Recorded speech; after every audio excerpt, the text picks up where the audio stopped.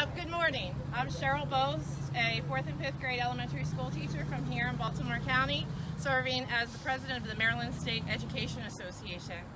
We're here together to send a clear message. In November, the voters in Maryland must pass Question 1, Fix the Fund, and make sure that casino revenues truly go to increasing education funding. You're going to hear from a wide range of leaders who support Question 1, and there is very strong support for this measure across Maryland. A recent poll shows that 80% of Marylanders support Question 1. That support crosses party lines and demographics within our state. More than 80% of Democrats and independents support Question 1, and nearly 70% of Republicans support this initiative. Why is there such strong support?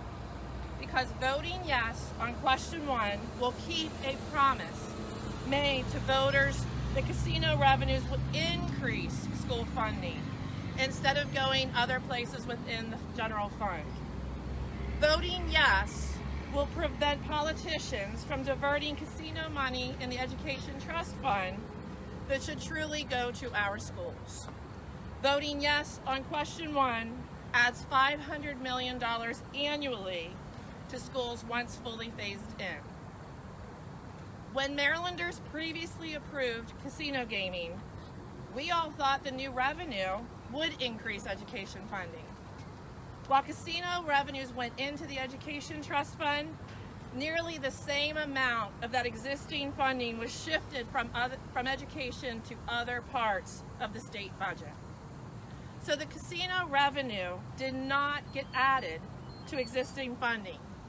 It simply maintained the minimum levels of funding directly by state law. This happened under governors from both parties. So what has this flat funding brought us? Underfunding for public education. An independent analysis overseen by the state has found that we are underfunding our schools by $2.9 billion annually.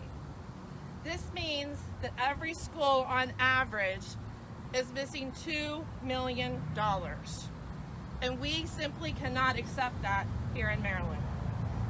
This underfunding means 91% of educators, like me and educators throughout this state, are spending money out of their own pockets to supply their classrooms and provide students with the items that they need to successfully learn. It means 41% of our educators in a recent poll say that they work a second job just to make ends meet. We all see the effects of this underfunding every day in our schools.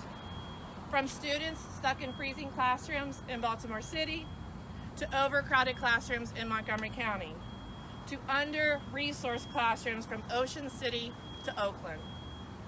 From class sizes that are too large, to counselors, social workers, school psychologists with caseloads 2 and 3 times the recommended levels, which makes it very difficult to meet the needs of our students. Our students deserve more. Our parents expect better. And Marylanders, we want to see the promise kept so we can increase school funding and make sure that every student in every neighborhood gets the great public education that they deserve and an equal opportunity to succeed. We must vote yes on Question 1.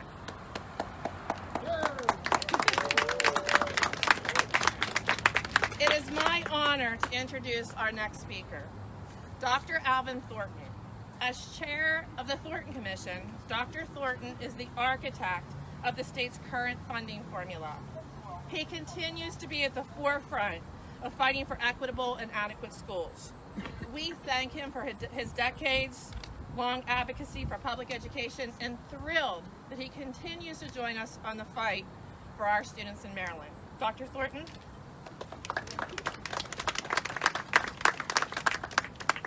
Thank you, Madam President. I am honored to be here with all of you all today and those on the front line of making sure that our children have an equal and equitable education. It's been 44 years that I have been on the front lines of fighting for equal education and adequate education for our children. I'm a product of public education and teachers and good schools. My two daughters, engineer and lawyer, are a product of public education.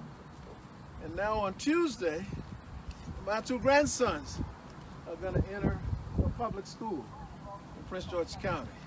And that's really what it's all about, to make sure that little Nolan and little Miles have a good quality education that is well funded. You know, the first thing in our Constitution is public education, the funding of public education for our babies. That's the first thing, nothing else. And I have been very pleased over the past several years to see the people of Maryland, notwithstanding politics and race and geography and rural and urban and black and white, circle the wagons around our children. And that's circling is evident now in the broad-based support for Question 1, Fix the Fund, because they understand that if Maryland does not have high quality, equitably, and adequately funded education, it cannot be competitive nationally, regionally, and internationally where our babies are concerned. Now, we're going to keep the promise, right? We, as I've told all politicians, we have your back. I know that when you go to Annapolis and you have to deal with people who are looking for other things, we have your back if you make the right decision.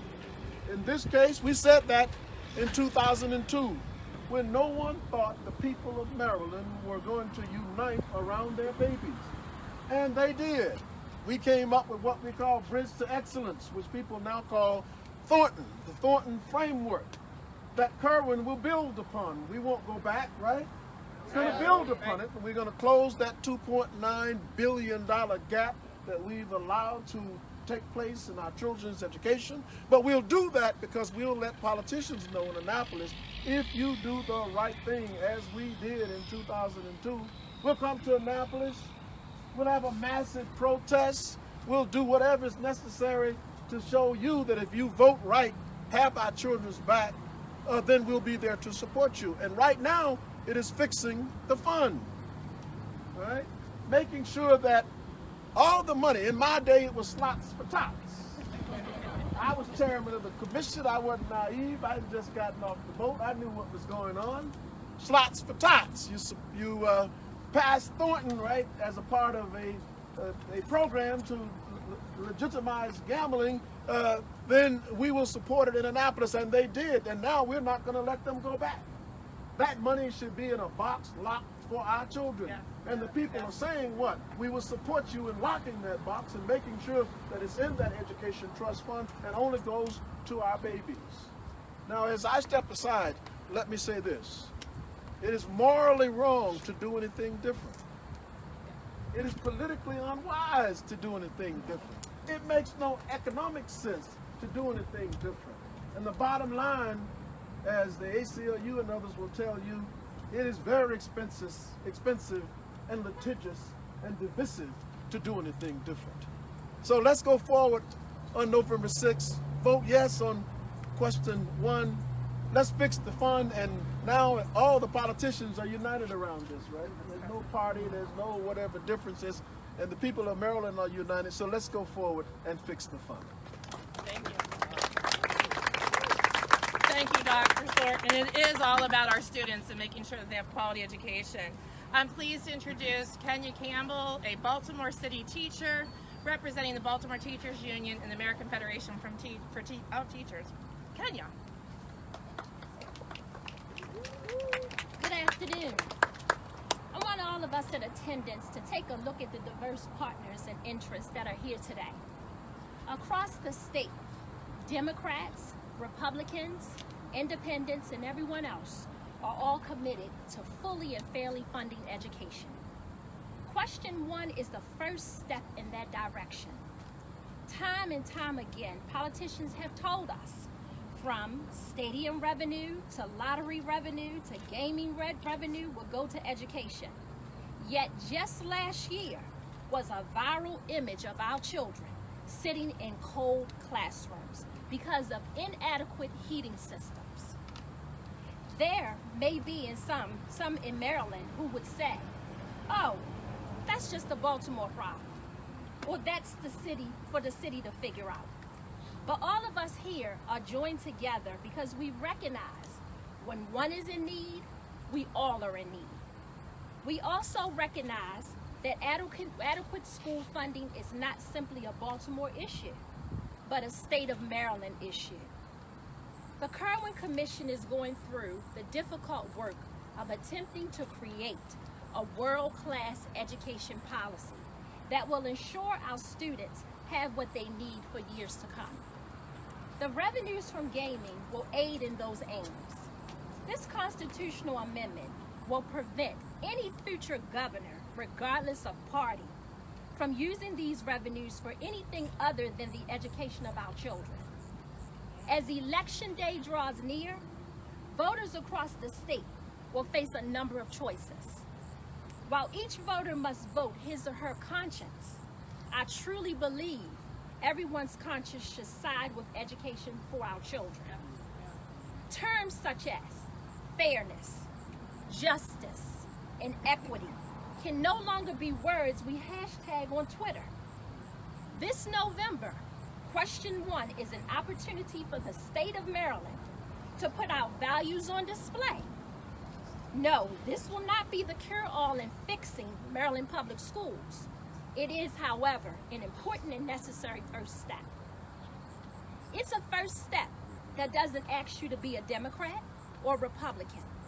It doesn't ask that you be black, white, Hispanic, or Asian. It doesn't ask you to be liberal or conservative. It simply asks that you want the best for the students in Maryland.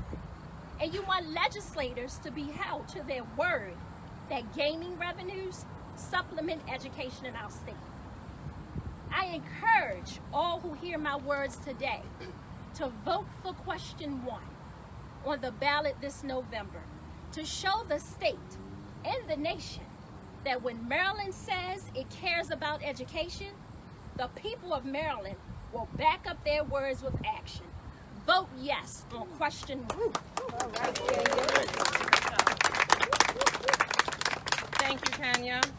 And as you can see, we have a coalition of many organizations, and we're pleased to have with us today, representing the Maryland Association of Boards of Education and serving as the president of the Anne Arundel County Board of Education, Julie Hummer.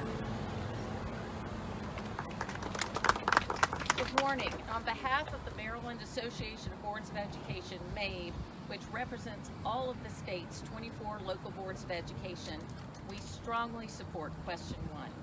Passing Question 1 on November 6th will ensure that school funding will increase based on the casino revenues going into the Education Trust Fund. Passing Question 1 will mean that every school system, every school, and every student will begin to benefit from the $500 million currently going into the Education Trust Fund from casino revenues.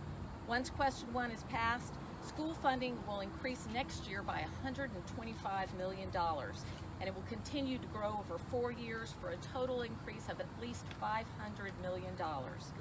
How will this funding benefit our students? Passing Question 1 will guarantee that the gaming revenue is contributing to the state's ability to launch and fully fund the bold recommendations being developed by the Kirwan Commission on Innovation and Excellence in Education. The Kirwan Commission is poised to recommend major changes and increases in education funding to be phased in over several years. Next year, Maryland should start to see significant increase in state funding for priority areas, including increasing the availability of high-quality learning opportunities for 3- and 4-year-olds, expanding career and technology education programs for our high school students, smaller class sizes to make sure each student is making progress, student access to mental health services that are so important to school safety, including increasing the numbers of counselors, therapists, and social workers, fully funding long overdue increases in special education programs and services, an area especially important to me personally as both a former special education teacher and a parent of children with special needs. MABE supports Question 1 because it will help provide the state funding that is necessary to make real progress toward a world-class public education system for all students throughout Maryland. Please vote for question 1 on November 6th. Thank you. Thank you, Julie. Joining us today is Joe Francavilla from Strong Schools, Maryland. Frank? Did I say it correctly? Yeah. Okay, good. My name is Joe Francavilla. I'm with Strong Schools Maryland. And first I just want to acknowledge all the folks that are here. It's not just the folks at the podium that believe deeply in this. It represents thousands and hundreds of thousands of Marylanders across the state. So give yourselves a round of applause for being here and the boots on the ground behind us. So Maryland, we can do better, and we must do better. The first step is to build a world-class education system for every student, and that is to vote yes on question 1. Strong Schools Maryland is a growing network of over 1,500 people spanning 15 counties, focused exclusively on building that world-class education system for every single student in every single county. The first step in closing the Education Trust Fund loophole is to vote yes on question 1. By closing the loophole, we are saying yes to adding hundreds of millions of dollars to our public schools every year as an investment in our economy and in our families. We need to fix the fund. Vote yes on question 1. Across our state, schools are suffering from underfunding and a lack of forward-thinking investment. Students, parents, teachers, principals, they all want their schools to be excellent, but we're just not providing the resources to make that a reality for every school. For instance, too many of our littlest learners in Howard County can't access public pre-K. Our students from Dorchester County all the way to Prince George's County want access to college and career readiness classes, but too often access isn't equitable and quality varies from region to region, and that's just not acceptable. Many school buildings across the state, from Montgomery County to Baltimore County, from the Eastern Shore all the way to Western Maryland, are in disrepair and are overcrowded. That's just not acceptable in the state of Maryland. We are in the middle of the pack nationally, and we are a nation that's in the middle of the pack. That's just not acceptable if we're gonna have our students compete in a globally competitive economy. Maryland, we can do better. Closing the trust fund loophole means more money will go to public schools specifically to address these types of concerns and get our students to be globally competitive. Voting yes on 1 positively impacts every single child in public schools in the state of Maryland. Money that should have already been going was bait and switched by politicians in Annapolis, and we need to close that loophole to make sure money that Marylanders already said they wanted to go to education actually ends up in education funding. Strong Schools Maryland urges everyone to vote yes to better fund our public schools and put us on the path to becoming a world-class education system that we know we can be. Please vote yes on question 1. Thank you. Thank you. A strong advocate for students throughout this state joining us today is Maritza Solano, representing CASA de Maryland. Good morning, everyone. I'm the Director of Education for CASA, the largest immigrant advocacy group in Maryland. And today I stand with my fellow partners and for nearly 100,000 CASA members who asked Maryland voters that this November say yes to question 1. The immigrant and working class families who are CASA believe that education is the first step to ensuring the lives of their children are transformed. The parents I work with place enormous trust each day they send their children to our schools that they are receiving a quality education. And we believe that a quality, equitable education is a right of all students in the state and can only be achieved if proper funding is in place. Question 1 is the first step to ensure that education funding is increased in the coming years. In 2008, voters, like myself, passed casino gaming legislation with the promise that all of the revenue would fund education, but it has not been the case, and it's time we did good on that promise. We know an additional $500 million would support improvements to classrooms, increase teacher salaries, and expand access to social and mental health services so desperately needed by all students. Saying yes to question 1 is only a first step to close a nearly $2.9 billion gap in funding, but the right one to take this November as we move forward in the coming year to find the best practices and revenue funds to live up to our promise of providing the best education to students in the country. That promise can not only be made to students in certain schools or counties. We believe that all our students, regardless of status, county, race, school, deserve a yes on question 1. Thank you. Thank you. And our final speaker joining us today is Rick Tyler, representing the Maryland Education Coalition. Rick? Good morning. My name is Rick Tyler. I'm the co-chair of the Maryland Education Coalition. And I'm also the special assistant to Maryland PTA, which has 150,000 members, 950 school communities from Allegheny to Comico, Hartford, St. Mary's County, and everywhere in between. And we all stand with Maryland educators, boards, other partners and friends to ensure state elected leaders keep their promise by urging all Maryland voters to support in November with Fix the Fund for public education. We believe this is a down payment to it. Returning Maryland Public Schools has 900,000 students back to the #1 state school system in the nation and one of the best in the world. Adding an average of $550 per pupil in funding to the public education budget will help all students across the state. It would especially help those school districts and school communities with less wealth, high concentrations of poverty, high percentage of minorities, limited English, or special needs students who face the greatest challenges to graduate college and career ready. Please remember that when the lottery was approved, voters were promised more funding. When the casinos were approved, as it was said earlier, the same promises are made. And when recommendations from my friend Dr. Thornton and Thornton Commission submitted a report in 2002, a plan was developed and academic performance for all school systems improved significantly. However, in 2004, we did get together many of the same organizations you see here today.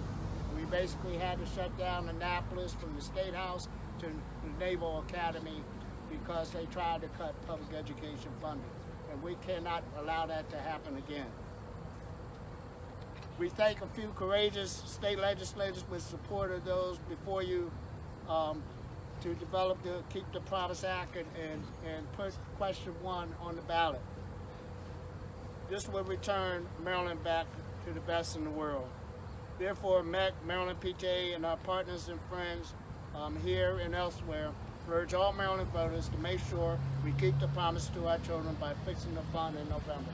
Thank you. Thank you, Rick.